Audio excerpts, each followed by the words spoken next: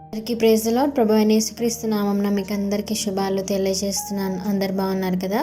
ఈరోజు వాగ్దానము యోహాను 14వ అధ్యాయము 27వ వచనము. నా శాంతినే మీకు అనుగ్రహించుచున్నాను. ఆమెన్. పూర్తి వచనం మనం ఒకసారి చదువుకుందామా? శాంతి మీకు అనుగ్రహించి వెళ్ళుచున్నాను. నా శాంతినే మీకు అనుగ్రహించుచున్నాను. లోకమిచ్చినట్టుగా నేను మీకు అనుగ్రహించటలేదు. మీ హృదయంను కలవరపడనీయకుడి, వెరవనీయకుడి. మీరు కలవరపడుతున్నారా? మీ హృదయాలని మీరు గాయపరుస్తున్నారా? లోకంలో ఉన్నవన్నీ కూడా బాధ, దుఃఖం, ఆవేదనే ఉంటుంది కదా. కానీ యేసయ్యలో మనకి ఎల్లప్పుడూ శాంతి, సమాధానం, నెమ్మది దేవుడు మనకి అనుగ్రహిస్తాడు. అది వాగ్దానం ఈరోజు మనకు తెలియజేస్తున్నాడు. ఏంటి అంటే, మీ హృదయములను కలవరపడనీయకుడి, నా శాంతిని అంటే ఆయన శాంతిని, ఆయన సమాధానాన్ని మనకి అనుగ్రహిస్తానని చెప్పి దేవుడు ఇక్కడ మనతో వాగ్దానం చేస్తున్నాడు. అలాగే ఆయన మన పట్ల చూపుతున్న ప్రేమ ఎలాంటిది అనేది మనం 23వ వచనంలో చూసుకుంటే, యేసు, ఒకడు నన్ను ప్రేమించిన యెడల వాడు నా మాట గైకొనును, అప్పుడు నా తండ్రి వానిని ప్రేమించును, మేము వాని వద్దకు వచ్చి వాని వద్ద నివాసము చేతుము. నిజమే కదా.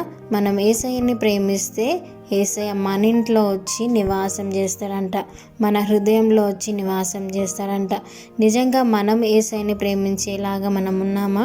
ఒక్కసారి మనం ఆలోచించుకొని ఆ విధంగా మన హృదయాలను కూడా పరీక్షించుకుందాం.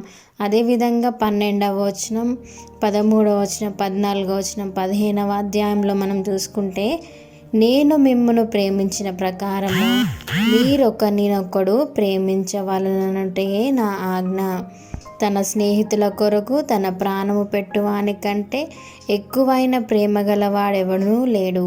నేను మీకు ఆజ్ఞాపించి వాటిని చేసిన యెడల మీరు నా స్నేహితులై ఉందురు. ఆమెన్. దేవుడు మనల్ని ప్రేమించినట్టుగా మనం కూడా ఒకరినొకరు ప్రేమించుకొని దేవుడు ఆజ్ఞల ప్రకారం మనం ఎప్పుడైతే జీవిస్తామో అప్పుడు దేవుని చిత్తానుసారంగా దేవుడు ఆజ్ఞాపించినట్టు మనం ఎలా అయితే బ్రతుకుతామో, ఎప్పుడైతే బ్రతుకుతామో దేవుడు మన స్నేహితుడై ఉండడానికి ఇష్టపడుతున్నాడు. నిజమే. ఈ విధంగా ఈరోజు మనకి శాంతి, సమాధానం కావాలంటే దేవుడు మన ఎడల చూపుతున్న ప్రేమని మనం కూడా ఇతరులకు చూపుతూ, ఆయనే మన సమాధానం, ఆయనే మన శాంతి, ఆయన మనకి మన హృదయాలని కలవరపడనీయొద్దని చెప్తున్నాడు. కాబట్టి ఆయన శాంతిని మనం పొందుకునేవారుగా ఉందాం. ఇతరులకు కూడా అదే శాంతిని మనము ప్రచురం చేద్దాం. ఈ చిన్న వాగ్దానాన్ని దేవుడు దీవించి ఆశీర్వదించును గాక. ఆమెన్. మీకు ఎవరికైనా ప్రేయర్ రిక్వెస్ట్ ఉంటే దయచేసి కామెంట్స్లో మెన్షన్ చేయండి. Thank you. God bless you.